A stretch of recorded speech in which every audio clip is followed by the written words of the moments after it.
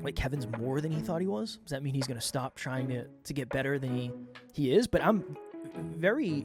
that's my honest take. I'm essentially better at everything other than fitness than I thought I'd be. Pretty much. People with higher self-belief, subconsciously and unconsciously, the real self-belief, they are always benchmarking against a future potential. They're benchmarking against their own potential. Next Level Nation, welcome back to another episode of Next Level University, where we help you level up your life, your love, your health, and your wealth. Today, for episode number 1861, one of my favorite quotes: "What you think you are is more important than what you really are." I had a night last week or the week before where, I don't know if it was a Friday night, but Taryn was out. I had myself a little gummy edible. And I just went down the rabbit hole of Kevin Palmieri's past. I was watching old YouTube videos. I was watching my old boxing videos where I used to go to the gym and crunch in Worcester and box and record it. I was looking at old songs. I was looking at old Facebook posts. I went down the rabbit hole. And I had this very, very humbling, surreal moment where I thought about how much of a loser I felt like for most of my life, and how I assumed I was always going to be insignificant, I would never amount to anything, and all of the charity that I got from other people would just continue forever.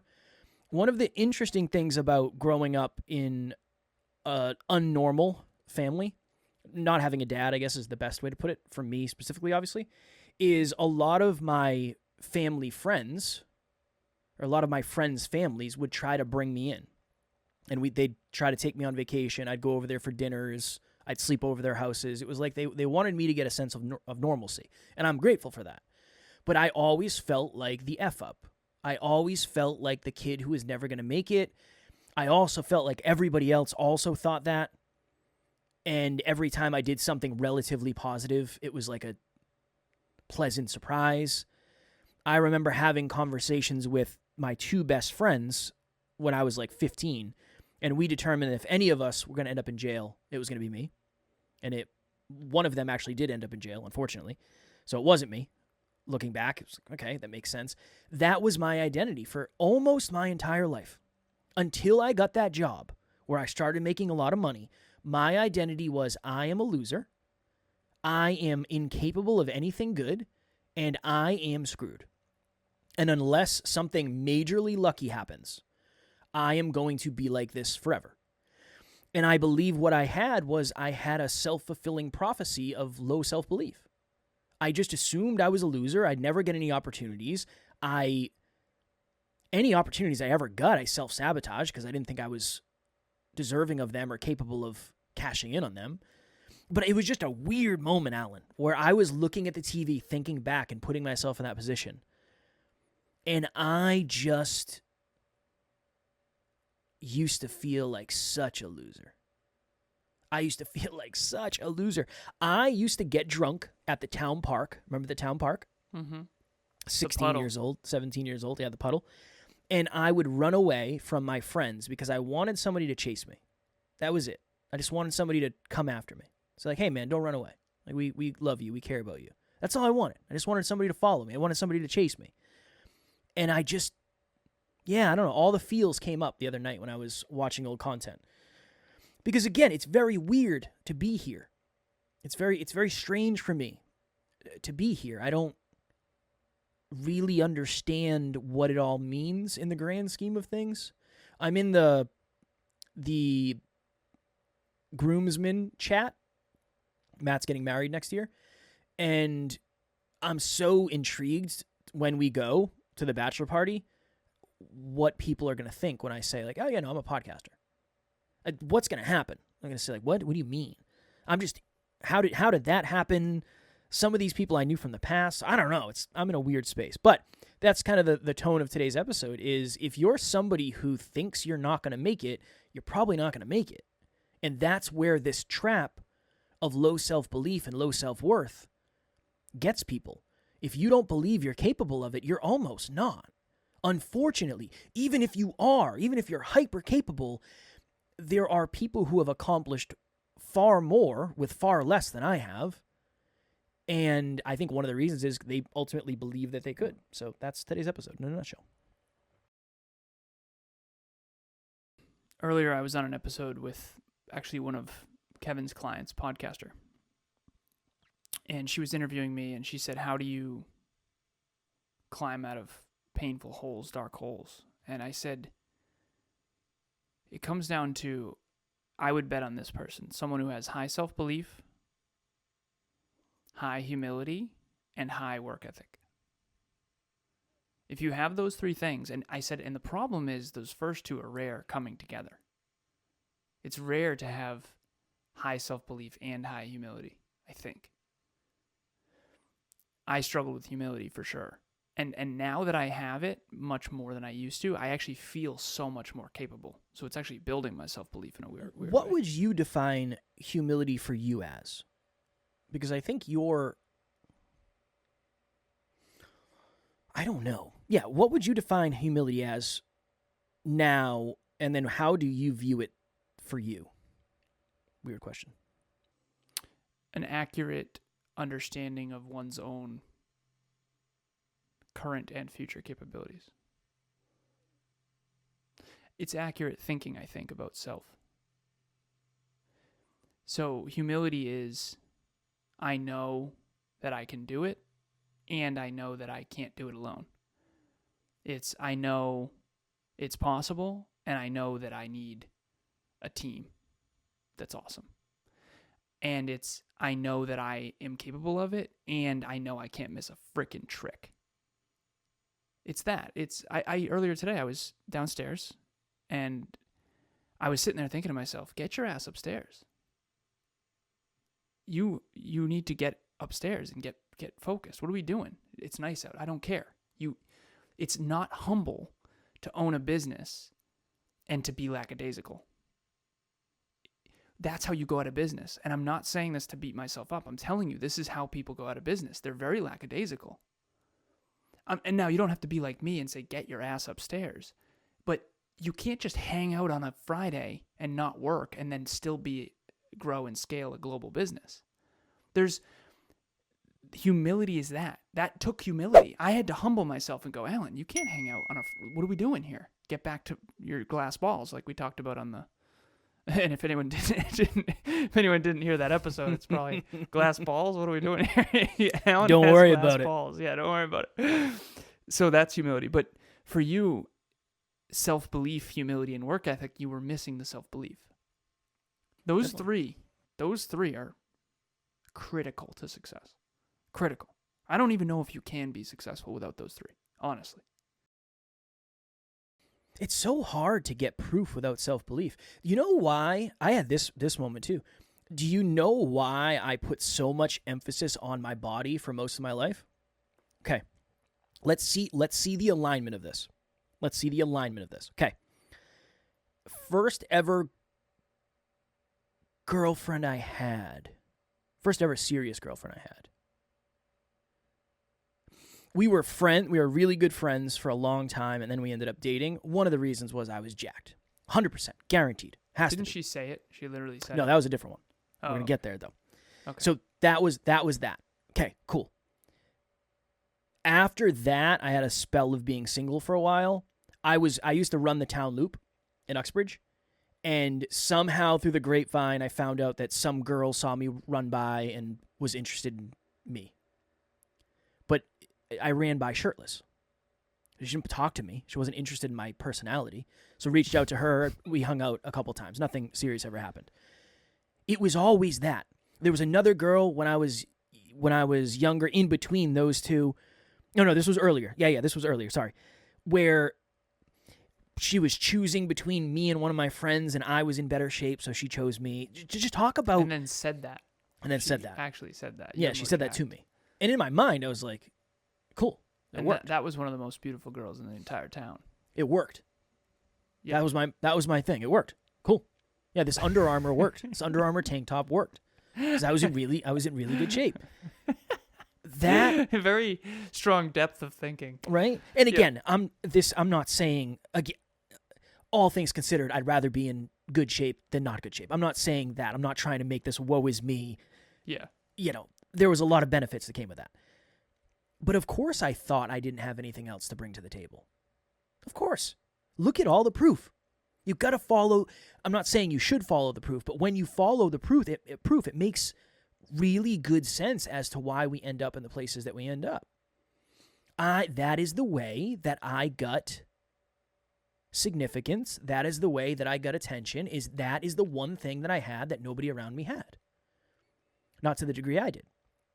It makes sense to me why somebody who has a lot of money flaunts their money, and they always flaunt their money, and they always flaunt their money, and then their personality becomes their money. Makes sense. It makes sense because you go where the proof is. And when you don't have self-belief, you have to go where the proof is. For me, most of my life, the proof was luck. I got lucky. I'm in really good shape, and I got lucky. Those were the two things. And you know how many times I used to get commented on my body all the time. And just an incredible amount of compliments and or direction of conversation. Delivering stuff to a construction site, people being like, Jesus, man, you're jacked. Like, thank you so much. I appreciate it. That's what I think is my value. That's all I have to offer. I'm just in good shape. Cool. That. And I think that's one of the reasons I felt like I was the guy in the sitcom who was jacked and dumb. That's who I felt like I was for most of my life. And you continued to watch sitcoms. You continued to watch comedy movies all the time. Yeah. And you were really funny and you stayed jacked. It's almost, we try to stay in alignment with our identity. Here's the truth. I do care what I look like to a drastic extent. I have standards, and when I get outside of standards, I fix it and I course correct. But I don't know if I aspire. I don't aspire. I don't aspire ever to get to the place where I just say, I don't care what I look like. I love myself no matter what. I do love myself, and I would love myself, but I wouldn't love the amount of attention and effort I was putting on my physical body. If I love it, let me prove it by testing it daily, and let me prove it by upkeeping it, and let me prove it by maintaining it, and let me prove it by living longer. Let me prove it, right? Let me prove it. But that's because that's always been my ticket. There was two kids in high school that I was terrified of. And we were having a conversation. I was friends with them. I was buddies with them. But I was like, you guys are badasses. You are the two baddest dudes in the school. And they were like, dude, we would never fight you. Like, you guys would kick my ass. Both of you. I'm afraid of you. I am genuinely afraid of you. But I was in really good shape. And I trained martial arts. So everybody thought I was a badass. So that's... It is weird to me because I actually used to think you were a badass too. And I still do, just not in the same way. Well, because I'm not. Really. How interesting is that? Or maybe I'm more of a badass. You definitely are. I don't know. Try me and find out, son. You know what I mean? No, but Try you definitely me and are. find out. In the real world, you really are. Yeah, way more. I think I'm more. You now would versus the other Kevin. It wouldn't even be close, brother. That other Kevin would crack like a walnut. Or in terms of origami, folds under pressure. In terms of well-roundedness, yeah. But I didn't care. No, about but that. in all things. Well-rounded. Yeah, I think so that Kevin would beat you in the gym and beat you in what, a fight? No, I'd beat him in a fight because I know more. But he might beat me in the gym. I was very, very strong back then. I don't know why. It just was. It's very strong. I didn't know what I was doing, and I didn't do a lick of mobility, so it wasn't sustainable. But there was a lot of strength back then. And when high school testosterone is something different, when you're 17. Yeah. You know? I wouldn't know. I didn't have any testosterone. I know, yeah. You're just getting that now. Just getting mine now. Which is good. Right? Yeah, it is. Hello, NLU listener. Thank you, as always, for listening to Next Level University. Real quick, I just want to jump in and let you know about the Next Level Dreamliner. This is a journal that I use every single day. Achieve your dreams 90 days at a time. It breaks down your dreams into goals, milestones, and daily habits. We hope you enjoy it. The link will be in the show notes. there's so many places we can go with this, and I hope everyone's thinking about their childhood and their identity most importantly. Yeah. High school, and let's just say this, teenage years. Kevin and I gave a speech once to middle schoolers, sophomores, and freshmen, which is lower high school, and then upper high school juniors and seniors. And the development of the ego was wild to me. It's fascinating. Same speech, same room, same you and me. If anything, we performed better, but it got worse. And the reason why is the self-improvement was less cool as you got older and older. The middle schoolers were very open-minded.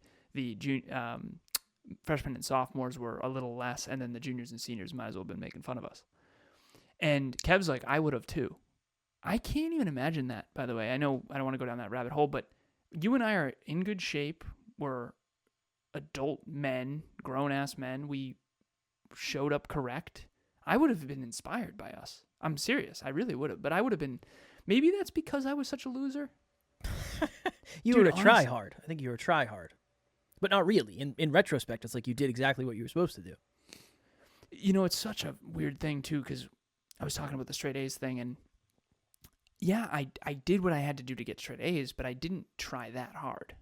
I tried harder than everyone else, but I didn't give my all at all. If anything, I feel like getting straight A's was harder than the average bear, but easy for me, if that makes sense. I didn't have to try that hard because I was always very intelligent. And still feel that way about a lot of things. And that's why I need humility. Because, dude, just because you're gifted doesn't mean you don't have to try hard. Like, there's other gifted people that are working hard. And so, to bring this back to the identity piece, what you think you are, the story you tell yourself about yourself is what is the new story? Like, what is Kevin 3.6 going to be? Do you think you're smart? Sometimes I wonder if I even know anymore where anyone falls on the bell curve. And I think I have a better pulse on it now than I ever have, but I don't really I don't ask myself, like, do I think Kevin's smart? I would say yes, statistically. Definitely. Definitely. But I don't walk around thinking Kevin's so freaking smart. You know what I mean? I don't even think I'm that smart in a weird way. It's like, statistically, I know that I am, but I don't walk around going, I'm so freaking smart, you know? If anything, I'm looking at where I'm screwing up. I think when you're aware of potential for it, I think it goes back to the episode we did on clarity. It was yesterday's episode? Yeah, yesterday's episode. When you're clear on how much potential you have, you're always chasing it. Always. I never thought I had any. So for me, there was nothing to chase. When you hear quotes like it's you versus your potential, I feel that way, and this will land. I really feel strongly about this. Everyone listening or watching, people who have high self-belief, statistically speaking, and I've coached them. I've coached people with and without self-belief, hundreds at this stage. People with higher self-belief, subconsciously and unconsciously, the real self-belief, they are always benchmarking against a future potential. They're benchmarking against their own potential. Amy Lennius, I'm going to use Amy, what's happening? I'm going to use her as an example. She's benchmarking up against her potential as a mother. She's a way better mother than any of the mothers I saw growing up, but she never thinks I'm a great mother. She never thinks that because in her mind, she's still below her own standard. Well, there's something to that. You cannot berate yourself beyond your level of self-belief because then it's detrimental, I think. It's like, I don't walk around. I remember Kevin saying this to me. He said, it's not that they're ignorant, Alan. It's that you're really intelligent. And I remember thinking, I can't walk around thinking that. I'm going to read less books if I do that. I'm not going to walk around thinking I'm so freaking smart. Yeah. That doesn't make any sense because I'm trying to get smarter. That's like being like, oh, I'm great at basketball. Okay, well, I'm done now. I guess I don't have to practice my jump shot. I can be strong and aspire to get stronger. It's hard to... When you're in the gym, you kind of have to say, I'm kind of disappointed. There's a constructive line there. You can't... There's a destructive line with feeling good about yourself. There's a... I know you know this. You can't walk in the gym thinking you're the man when your gym is people that are not in great shape. It's big fish in small pond syndrome. You can't right? It's very, I try really hard to never get big fish in small pond syndrome, because when I was the most unfulfilled in my life, it was when I was the biggest fish in the smallest freaking pond. Yeah. And I never want to let that happen again. However, if you don't have self-belief, you kind of have to do and I would have you speak to that. I think that's why it's so hard, is you have to figure out what level of psyching yourself up is actually positive. What level? I think I'm the man when I go to the gym. And there's some people at the gym that are in really good shape, but I don't care. I'm there to crush it. But it's a duality. You don't think you're the man. You do and you don't. You know what I mean? There's work to be done. Yeah, there's always work to be done. Which one's bigger? It's syntax. In my gym, I feel good as I'm in one of the best shape but it's a big fish, small pond for sure. Yeah. But there was a dude in there the other day next to me benching, and it's not close. It's not even close. This dude's worst day is stronger than my best. It's not even freaking close. For me, I love that. He was doing incline bench with 245s and a 25 on each side for reps. Ooh, 275. Good for him. Yeah, and what was I doing? I think I was doing flat bench for 185 for 8 or something like that. And he's just hammering it. I love that. However, it's syntactual. It's you versus you potential first. I don't compare to others that much. I try really hard not to. Well, I think you actually know your potential. I compared to him in that moment consciously. Say that again? I think you actually know your potential. I think it's really hard to know your potential. I don't know what my potential is. I'm going to be very honest. I am a way better speaker than I ever thought I could be. I'm way better at podcasting than I ever thought I could be. 1,000%. 1,000%. Yes, 1,000%. I am way more capable as a business owner. I had a moment the other day where I was like, yeah, no, I'm a business owner. It's like just now landing that I'm a business owner. So wild. Been a business owner since 2019. It's been 6 years, 5 years. I'm so grateful you share stuff like that, because you never used to share stuff like that. Well, I didn't know that I didn't know what was what. I had a moment where I was sitting in my car last night. I got to Burger King, where I was thinking, it's like, I really hope Alan understands when I said that Taryn gets me better than he does. Like, he knows what I mean. Yeah, 100%. Because I understand completely. That's always the fear, is it's gonna be like, I don't want you ever to be like Kevin's more than he thought he was. Does that mean he's gonna stop trying to get better than he is? But I think it's awesome, because I learned so much from it. That's my honest take. I'm essentially better at everything other than fitness than you thought you'd be. Than I thought I'd be. Which Pretty makes much sense, because fitness was the one thing that you knew you were awesome at. Now, so you really are benchmarking against your environment. I am kind of benchmarking against my past, because I don't know what my potential is. I just know I'm awesome. Imagine there's no speedometer. It's just like I'm just going faster than I was. I don't know how fast this thing can go. This is why experience is so important. When you experienced driving the BMW off the lot, that kind of stuff. 100%. I never thought that was going to happen. It doesn't. I don't understand. Then why have the dream car?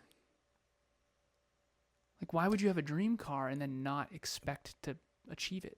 Because for me, it was never expecting, it was desiring. Expectations and desires are two different things. All right, what's something that you are expecting now? Oh, boy. Expecting of yourself. By the way, I want to make this clear. I don't mean like, someone's going to show up with your dream I would car. like you to give me a golden toilet. Yeah. To poop. I only ever wipe my butt with 50s. What am or I? As Kevin would say, I don't get out of bed for less than a Jibo. Less than a Jibo. Which is, again, that's a joke. One of the funniest quotes of all I get out of bed for free every day, I promise. Yeah. What am I expecting of myself in terms of an accomplishment? Yeah. What's an accomplishment that you actually anticipate? Dude, I don't even know. 2,000 episodes. That I know. Okay, so when we hit that, that'll be like cool. Yeah, it'll be cool. Yeah. Okay. How is that different than the BMW? You could see the lead up to it. It's like, dude, we're already at 1862. Of course, we're gonna get 2000. But I didn't believe that in the beginning. What if I have that same exact thing, but with more stuff? I think you do. But I also think that's why at times you don't understand people as well as I do. Because sure. I can understand what it's like to not. I think there's it's delusion. There's some people that start something and think they're gonna be, like when I started, I wanted to be Joe Rogan. I didn't think I was gonna be. I thought it'd be really cool if I could imagine getting to that level. Holy shit, what a life that would be. There are some people that start and expect that, and that's why they quit. And there's other people that start and expect the total opposite of, nothing's really gonna happen. And then nothing does happen in the beginning because it's not really supposed to. And then you think you're doing something wrong when in reality this is just how it goes for most of us in the beginning. And accurate thinking is the solution. We got to hop. I know you're devastated. If you want, we can do part 2. If you want to do part 2, we can. I would adore to do an episode on why accurate thinking matters. We can do it. We'll do it tomorrow. I appreciate it. That's exactly what this is. Of the people who are delusional and expect it, quit because there's something about self-awareness in accurate thinking. Accurate thinking about self, others, and the world. Yeah. All right, we're going to do an episode on it tomorrow. No more teasers. All right, Next Level Nation, if you are looking for a private Facebook group that is all about this, please join Next Level Nation. If you are a podcaster who is looking for a private Facebook group all about podcasting, I launched Podcast Growth Nation. First post was today. We got some engagement already. Shout out to everybody in there. We appreciate you so very much. Alan is doing coaching. We'll have his free 30-minute business breakthrough session link in the chat. Book it, and you will learn a thing or two, hopefully. And if not, it's free. And you only wasted 30 minutes of your time. Just kidding. It won't happen, I promise. As always, we love you. We appreciate you. Grateful for each and every one of you. And at NLU, we don't have fans. We have family. We will talk to you all tomorrow. Keep after it, Next Level Nation.